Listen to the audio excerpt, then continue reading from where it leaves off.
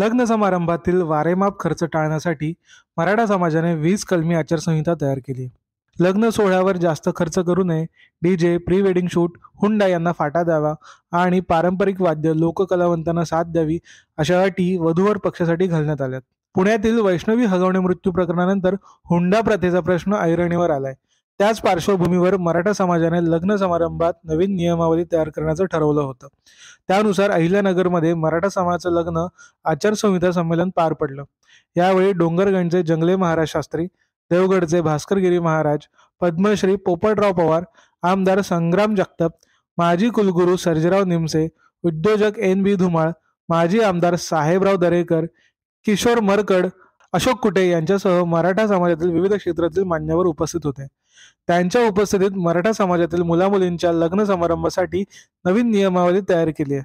लग्नानंतर हुंड्यावरून वाद होऊ नयेत हा प्रमुख उद्देश डोळ्यासमोर ठेवून 20 कलमी आचारसंहिता बनवली आहे. त्यात जाचक प्रथांवर बंदी घातली असून पारंपरिक वाद्य आणि कलावंतांना साथ दिली आहे. आचारसंहितेत काय आहे?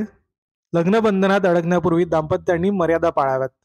प्री वेडिंग शूट टाळावेत. जर तसे शूट केले तर त्याचे जाहीर प्रदर्शन करू नये.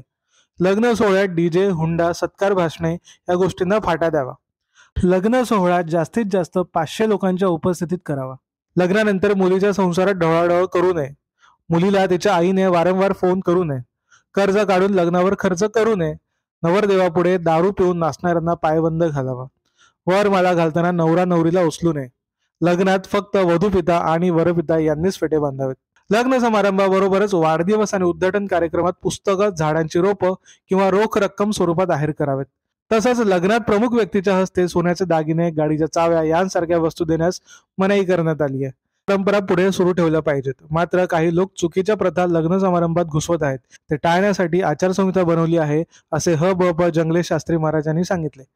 सामना ऑनलाईन, अहिल्यानगर.